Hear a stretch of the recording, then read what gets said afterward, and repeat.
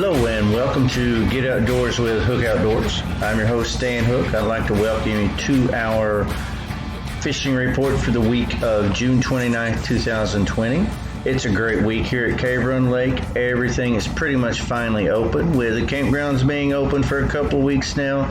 The beach area is open this week. The Spillway area is open this week as far as the gates are open and you can actually drive down to the parking areas and park. The picnic areas and such are also open, as long as people maintain their proper social distancing and don't congregate. I think it is in groups of larger than 50, but you can check the websites for the Forestry Service and the Corps of Engineers about all that. The fishing has been pretty steady, if not on the better side for the last week. We've had some rain, we've had some warm weather, but everything's been pretty consistent as far as that goes. Right now the lake sits at 732.1 feet of elevation. That's 2.1 feet above summer pool, with an outflow of 257 CFS. Water temp of 67.1 in the tailwaters, with the surface temp on the main lake at 77 degrees, and it's holding pretty steady in that upper 70 degree range, down to about 19 feet from what I can see. We've had some rain here of late, some hard rain really. That's the reason for the 2-foot raise in the lake here the last few days.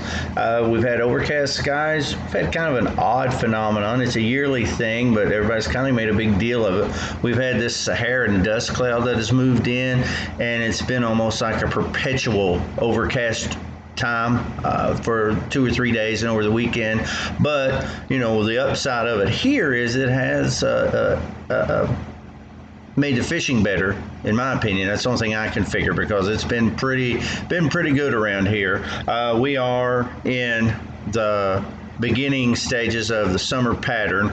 The water temperatures are a little bit low for the time of year, but that's a good thing. They're at a good temp right now for the fish to bite really well. And we'll just get right into that. The bass seem to be on bigger worms right now, like your old monsters, your 10 and 12 inch power worms and that kind of thing. There's getting to be a pretty good night bite from what I'm hearing. Blacks, reds, green pumpkin colors seem to be the deal. If you're looking for a late evening, early morning bite, I've heard a lot of topwater stuff going on, especially over the weekend with the rain we had running in. Seems like the backs of creeks have really done pretty well. I don't know how long that'll hold out, but we've had rain about every day so far, and we're supposed to have rain for a couple of more days this week. So, the back of the creek bite might be pretty good.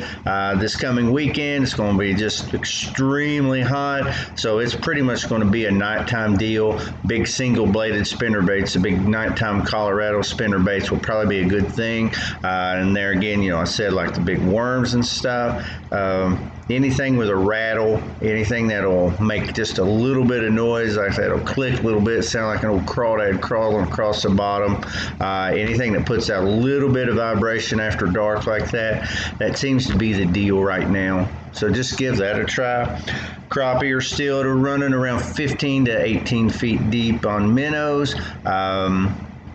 That's kind of the big thing for them. At least that's what I sell the most of here at my place. A lot of, I do sell a reasonable amount of jigs and grubs, but the minnows are the big thing. Live bait seems to be the thing here. And there again, they're around 18 feet on minnows. A lot of people, you can go online and you can find the GPS coordinates for the fish attractors that Fish and Wildlife have put out. And a lot of guys I know, they have them 5 or 6 mapped out, and they just go from one to another until they find the one at the depth that's holding fish, and that seems to be a pretty good deal. But you can go online, you can find those, and there's tons of them out here, just tons of them. They're everywhere. The catfish are on chunk bait. there again, like the cherry chicken or the chicken livers, that kind of stuff. The cut shad.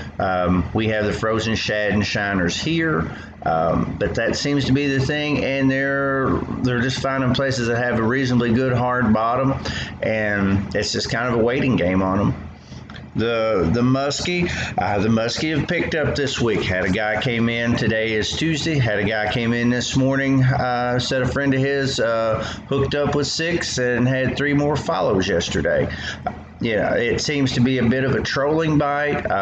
The 22 longs and shorts and the Chad shads seem to be the deal as far as what everybody's telling me. I'd have to think, though, with all the rain we've been having and the water running in, there again, just like the bass, I would imagine the backs of some of these bigger creeks would be pretty good, like in the back of Leatherwood. It always gets going sometime in July. I guess it's dependent on the weather, and I don't have any reason for it other than you talk to anyone that musky fishes here regular, there's a window of time in the month of July where those fish will go up in there and turn on for some reason, and you can go up there and you can just slay them. I don't know why, but if you want to try to catch a musky in July, Leatherwood is the place to go. And there again, the Lungin brand, the 22 shorts, 22 longs, the Chad shads, we're selling quite a few of them and getting a lot of good reports over. And the bluegill are still on waxworms and redworms. They're holding pretty tight to cover. There again, everything is just in a summertime pattern.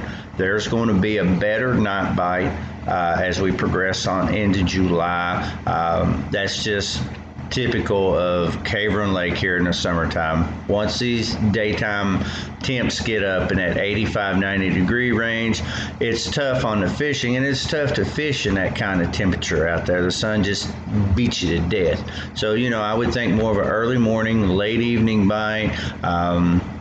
And we'll see. I'll have more next week because I know some guys that are starting to do all their crappie fishing at night. So I'll have more next week on how that's going.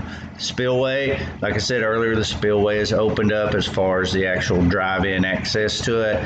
So there'll probably be more to report on there because there'll be more people fishing there. But on the downside of that, where it's been closed up so long, there's going to be a lot of people wanting to get in there and fish. So I would say just get there early and get your spot would be my guess.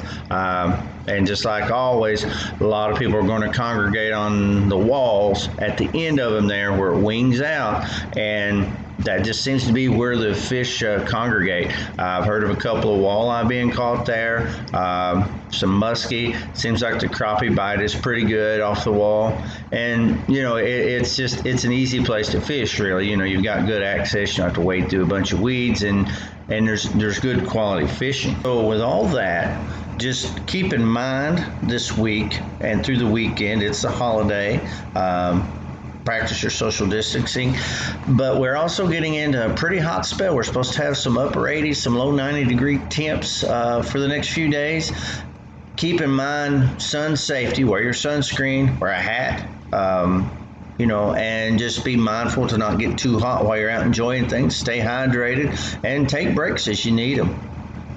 I'd like to thank everyone for listening in, and remember to check us out again next Tuesday for the latest fishing report and lake information. And as always, get outdoors with Hook Outdoors.